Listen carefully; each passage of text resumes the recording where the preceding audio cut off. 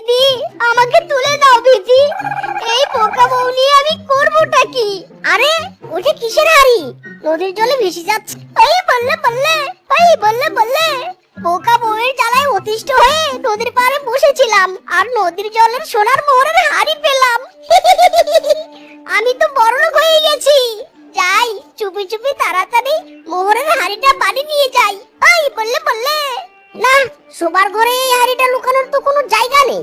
যাই রান্নাঘরে গিয়ে দেখি লুকানোর জায়গা পাই কিনা। ওগো তুমি রান্নাঘরে কি করছো গো? আর তোমার হাতে এটা কিসের হাড়ি? বলো বলো আমাকে বলো। এই রে কেলো করেছে, পোকা বউটা দেখে ফেললো নাকি? না না বউ, এটা এমনি একটা হাড়ি। বাড়ি আমি পোকা বলে কি তুমি আমাকে বলবি নে? ওগো বলো না গো, বলো ওই হাড়িতে কি আছে বলো না গো। না না, একে সত্যি কথা বলাই যাবে না। ঠিক আছে শোনো, এই যে হাড়ির ভিতরে পিতলের মুদ্রা আছে, এই হাড়ির মুদ্রাটা আমি রান্নাঘরে লুকিয়ে রাখছি। খবরদার হাত দিয়ে ছোবে না বলছি। তুমি যখন একবার নিষেধ করে দিলে আমি কিছুতেই আর ওটা ছোবো নে, কিছুতেই নে। আমি বোকা হতে পারি কিন্তু স্বামীর কথা শুনি। হ্যাঁ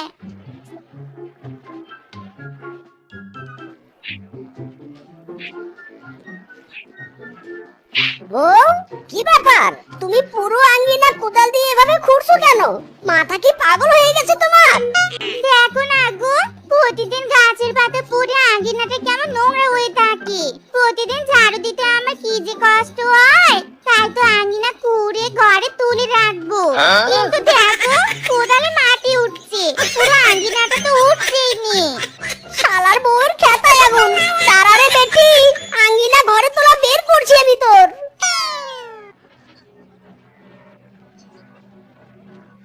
ওরে শিবা, তোর স্বামী কে পেয়েছে? পালা রে পালা।